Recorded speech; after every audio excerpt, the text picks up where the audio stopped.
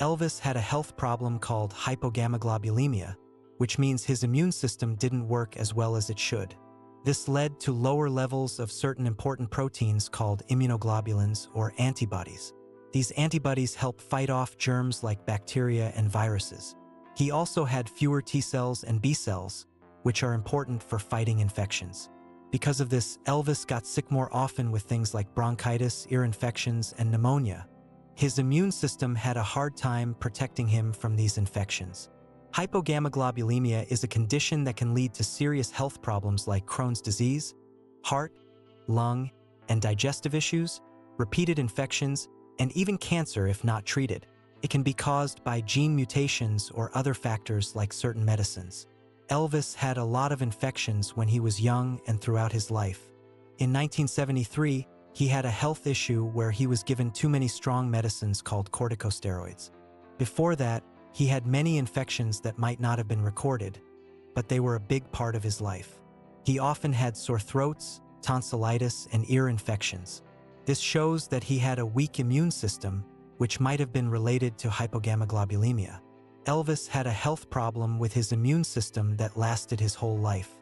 He also had two genetic disorders, alpha-1 antitrypsin deficiency and hypogammaglobulinemia, which made his lungs weak. His immune system didn't protect his lungs well, and his liver didn't make the right proteins to help either. As a singer who was always sick, he had to take a lot of medicine to keep going. But this led to another problem, addiction. We can't know for sure how sick Elvis was because we don't have his exact blood test results. But if his immune system was very weak, he might have had a disease called common variable immunodeficiency disease, CVID. This disease makes it hard for your body to fight infections and can cause problems like sinus infections, ear infections, and stomach problems. Elvis had a lot of these issues. He also had other health problems like anemia, joint pain, and liver and spleen issues. These are all things that can happen to people with CVID. Unfortunately, this disease is hard to diagnose and often takes a long time to figure out. It's possible that Elvis had this disease, but it might not have been discovered and treated during his lifetime. The first clear description of this disease didn't come until the 1990s. In 1969, Elvis came back to the stage in Las Vegas and looked strong and healthy. He hadn't performed live for almost 10 years, but he quickly started giving lots of concerts. He did 1,137 shows in 8 years, which means he performed almost every 2.5 days. All his shows were sold out. Elvis was in great shape when he started his comeback, but the constant traveling and performing took a toll on his body. He got sick more often and his health problems got worse. This was partly because of his busy schedule and partly because of the strong medicines he took to keep going. Singing again and performing in Las Vegas made him excited about music and performing once more. Elvis was in charge of his shows in Las Vegas. He picked amazing musicians to play with him. Even though he was a huge star, he didn't mind sharing the stage with lots of other people, like singers and a big orchestra. He wanted his music to sound just right, so he included different types of music he loved. He hired 2 groups to sing with him. One was a group of white men who sang gospel, and the other was a group of black women who also sang gospel. Elvis spent a lot of his money on his shows, but he didn't mind. He wanted the best people to work with him. When his first show opened, a very important person named Sam Phillips said that he had never seen a better rhythm section in his life. This made Elvis very happy because Sam was the first person who gave him a big chance in the music business. Many famous people like Cary Grant, Carol Channing, Pat Boone, Sammy Davis Jr., Anne Margaret, and Fats Domino came to the show. Priscilla, who had been with Elvis since 1959, also attended her first Elvis concert in 1969. She remembered that time as a happy moment for Elvis, when he was healthy and enjoying his success in Las Vegas. Elvis was very passionate about his work, especially when he performed in Las Vegas. Instead of taking regular breaks like other singers, he performed 7 nights a week for 4 weeks straight, with 2 shows each night. His first engagement had 57 shows in just 4 weeks, which was a record. People loved it, and he made over $1.5 million. Because of this success, he signed a new contract to perform for 8 weeks a year, earning $1 million. Elvis paid for all the show expenses and then shared the rest with his manager. He did this for 7 years, performing over 600 shows in Las Vegas and selling out every single one. The Colonel, his manager, always got half of the earnings just for being there. In 1970, Elvis started with a 4-week performance in Las Vegas, even though he was sick with the flu. It was a lot of work, with 60 performances in total. He had a very energetic show, so he needed to take some drugs to keep going. After Las Vegas, he did amazing shows at the Houston Astrodome.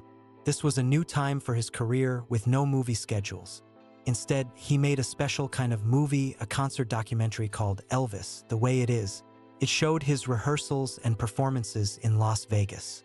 People loved it, and it made money at the box office. Elvis also went on a tour after 13 years, visiting many places like Phoenix, Florida, California, and more. He often did 2 shows in one day at the same place. If Elvis had just kept his promises to rest and not perform so much, he might have lived as long as his mom or his uncles who also had health problems. In 1970, he did 87 shows, but by 1971, he did 157 shows. This number kept growing until 1975 when his body told him to slow down. Larry Geller, a hairdresser, said Elvis worked harder in the 1970s than he did in the 1950s. Touring was very tiring, even for healthy people. This constant work and touring made Elvis's health problems worse. It also made his drug problem, which started as a way to sleep better or have more energy, become a bigger issue.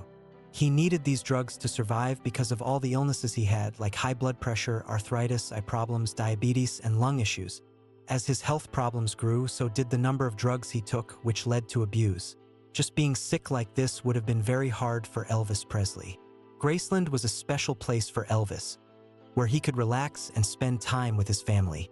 His wife, daughter, grandmother, and aunt lived there, and many other relatives worked on the property. It was a place for kids to play and hang out, like at a big family gathering. Elvis wanted it to be a place where everyone felt like family, and that's how it felt to the kids who spent time there. They would play in the pool, watch TV, listen to music, and have fun together. It was more like a family gathering than a wild party.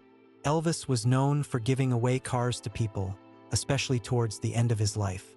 He might have given away as many as 200 cars in total. He saw this as a way to help others, like tithing in his Christian faith. When he gave cars or gifts to people, he would say that they were all poor kids from Memphis and they deserved it.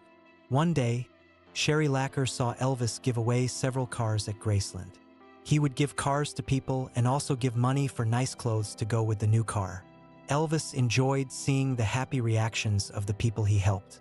Elvis and Priscilla made a special symbol, TCB with a lightning bolt, into pendants for their friends, and even had one for taking care of the wives. It meant doing things quickly and well. Elvis put this symbol on many things, like his airplane. He gave these pendants to people he worked with and welcomed them into a special group when he put the pendant on them. Later, they had a TCB oath, which talked about being respectful, improving themselves, and learning new things. It also included a funny line about not having constipation. Elvis signed the oath as an 8th-degree black belt. Elvis wrote something called the TCB Oath around 1970 to 1972. It talks about his interest in karate and meditation, but it also shows how much he struggled with constipation and bowel problems.